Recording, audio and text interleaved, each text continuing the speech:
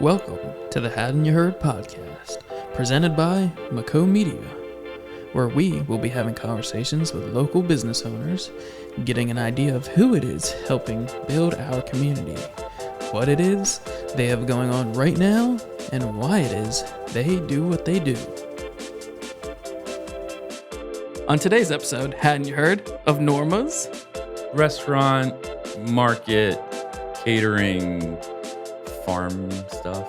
Amazing. And I'm joined here today by Elias Bitar. Elias. Thank you so much for hopping on the podcast. Super excited to have you on. My pleasure. So let's dive in a little bit. You talked about it briefly. Give the listeners a little more idea of Norma's. So Norma's is a family run, owned, operated restaurant. We started about 32 years ago doing Middle Eastern food, Mediterranean food. My mother was the founder. Back then, it was just a little sandwich shop. My brother and sister, or my sister and I, my brother wasn't even old enough to help out. We just kind of help out there. My father as well, and it's grown organically over the last 32 years into, I'd say, an institution in South Jersey. So yeah, something we're really proud of. No, it's amazing, and the food's delicious, and the people, the family, the experience that you get when you go into Norma's is just incredible. So thank you guys for creating that culture in town here for a dining experience for sure. But in 30 seconds or less in a goofy manner, go ahead and describe Norma's for me. Norma's is a restaurant that has experienced incredibly slow growth over the last 32 years, moving like tectonic plates, which is, I think, for the banking world, financial industry, is probably terrifying. Mm-hmm.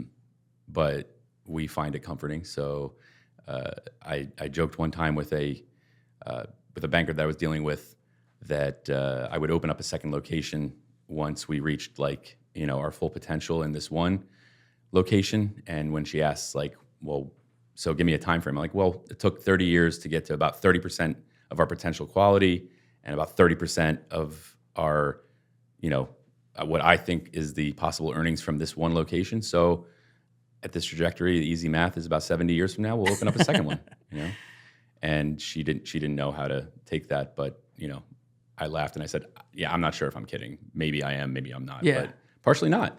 So now, Elias, I know you and the family, you guys pride yourself on, you kind of mentioned it there, the quality of not the experience, but the food as well. You want to dive a little deeper into that for the listeners? Mm-hmm. Yeah. So we've been, kind of unintentionally bucking trends for the last, bucking trends, and then at the same time, kind of, maybe accidentally foreseeing trends a couple of years ahead of time. But, we've always just done things the way we know how to do them, following a blueprint for hospitality that comes from actually hosting people at your own home. So making the space where you're creating food feel like your home. As cliche as that sounds, that includes all the rough edges as well. We don't want to just replicate things, for the sake of producing more without being able to show that there was intention in everything that we've made, everything that we've chosen. And always trying to just do it better, to show the person who's coming in to patronize you the appreciation that you feel for giving you a chance. Now, Elias, how did you personally get involved? Where did it start for you? In the kitchen, just working with the family, seeing the business grow, and what kind of pulled you into it? I guess from the beginning, it was just a matter of helping my mom out like you would do daily chores, Okay. There wasn't, for better or for worse, in a family business, sometimes there are some seriously blurred lines. You don't know where your home space ends and the restaurant, begins.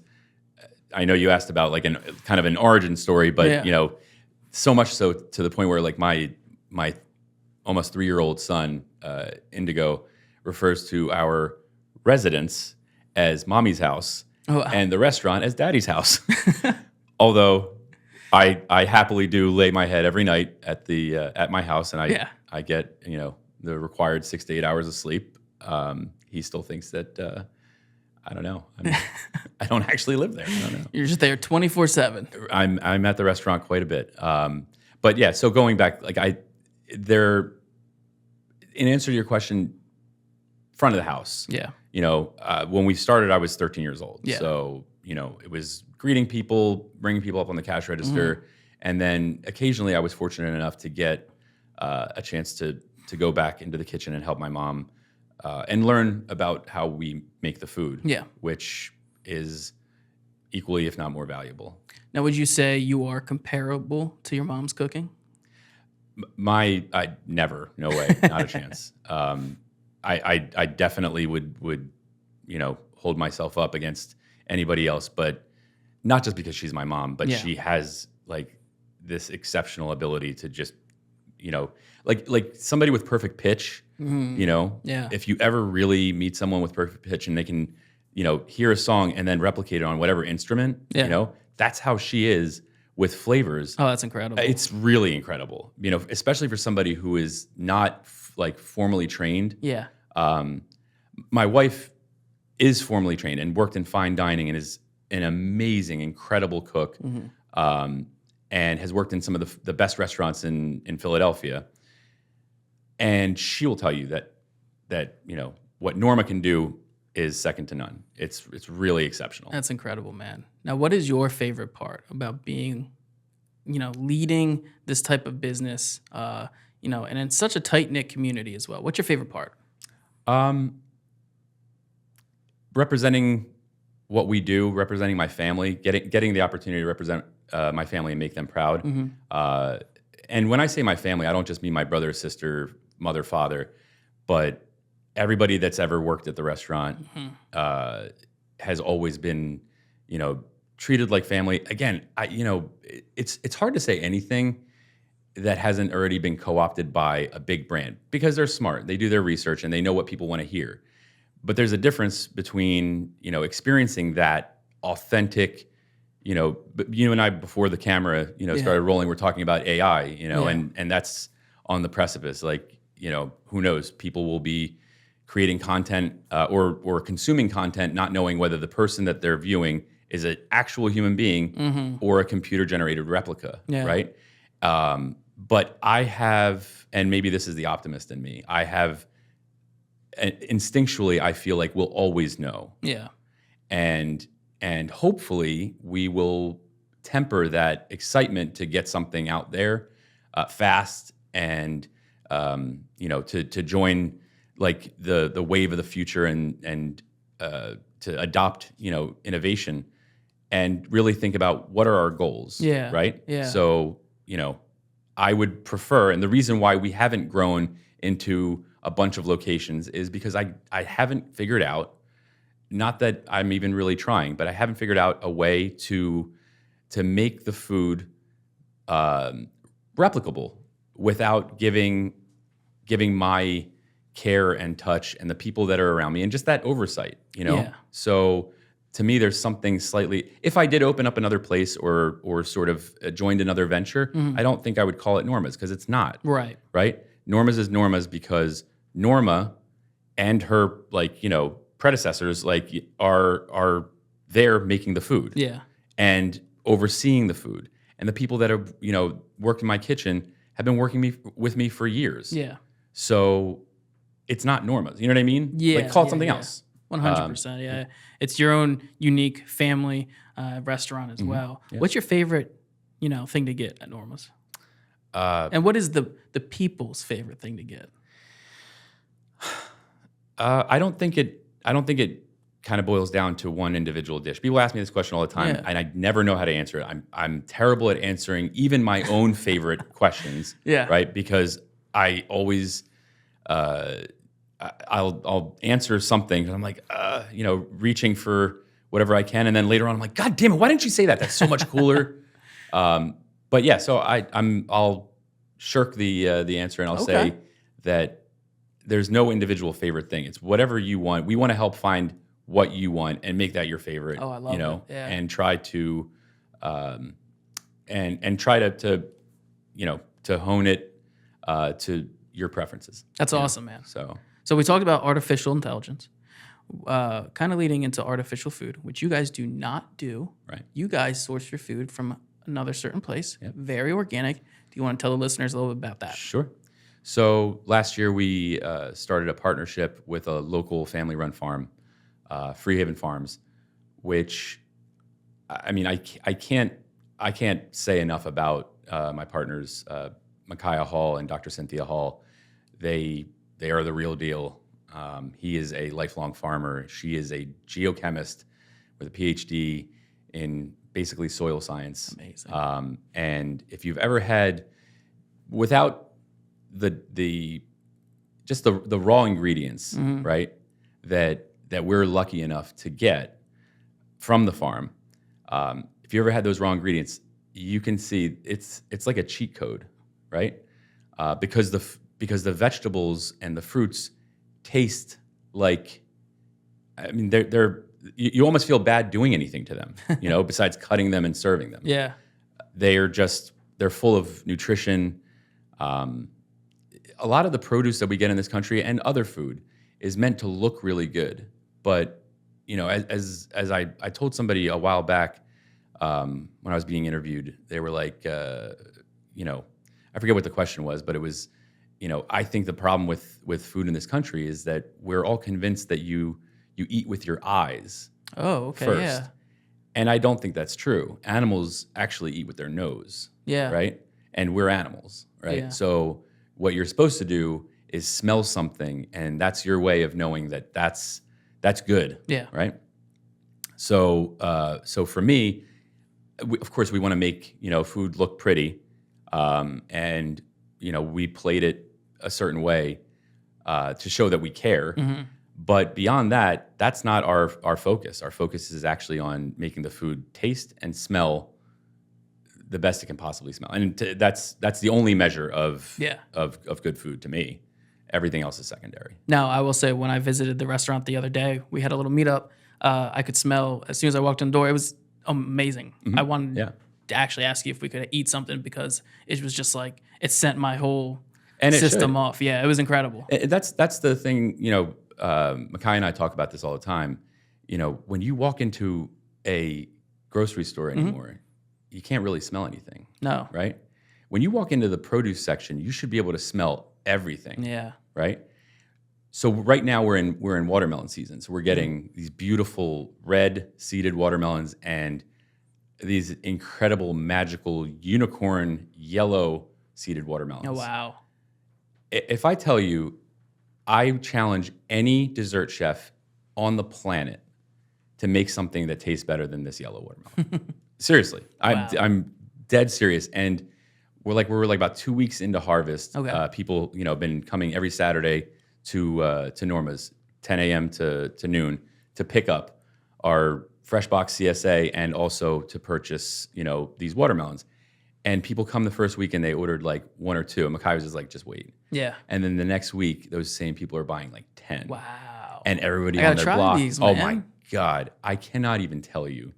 But like I said, there's a dessert that we make, in the Middle East. And Middle Eastern desserts are known for being like fragrant and, floral and all this stuff. So it's basically, when you make yogurt, you take the cream that rises to the top. So it's the fattiest cream. And then you dose it with rose petal extract, or rose water and simple syrup, right? So it's sugar, fat, and roses, right? Wow. And this watermelon tastes like that. No way. But it's a watermelon. Like, it has so much flavor. Wow. It's unbelievable. Now, would this watermelon pair nicely with your newest? Well, actually, that's funny you say that, because the newest venture that you're talking about is a kind of born of a collaboration with Forgotten Boardwalk Brewing, and it came out of the, like a lot of good things, collaborations. COVID, we started collaborating, and just out of boredom, maybe some cross marketing, We started creating beers that were sort of inspired by my cooking, by the traditions, that I grew up with, and it kind of snowballed and kind of grew beyond its means. So we're launching a beverage company, a brand called Bharat Brewing, B''Harat, and we are producing some of the beers that we've been doing through Forgotten Boardwalk, and it'll be kind of a separate entity. But we're really excited about that. And part of our, I'd say, process is growing things at the farm and using them because they have so much flavor. Yeah. Using them in our beers. That's so amazing. Growing the wild thyme, growing these yellow-seeded watermelons, and making beers that are a riff on nature. Yeah, it's incredible. You guys are, intertwined with making everything organic, healthy in its manner, and just making it real. Right. And it's incredible to see you guys evolve what you're doing right now. So the listeners, stay tuned. They can learn more about the beer, the elevated beer flavor that it's got. It's so delicious. I got to taste it. And when it comes out in a little bit, and you'll have more info on the website and things like that for them to learn about the ingredients involved. Coming from Freehaven Farms. Amazing, man. Yeah. Well, is there any events coming up involving your business, Freehaven, that the listeners can kind of keep an eye out if they want to be involved at all, and just explore a little more? Well, we still have we're still in the growing season from the farm. So every Saturday morning, you can come and hang out with me and Micaiah, Cynthia. That's where we do the fresh box pickup. Go to freehavenfarms.com and check out order a fresh box. It's a year-long subscription, but you can also order week to week or month to month, and you basically get the best of what we're producing at the farm. That's awesome. At any given time.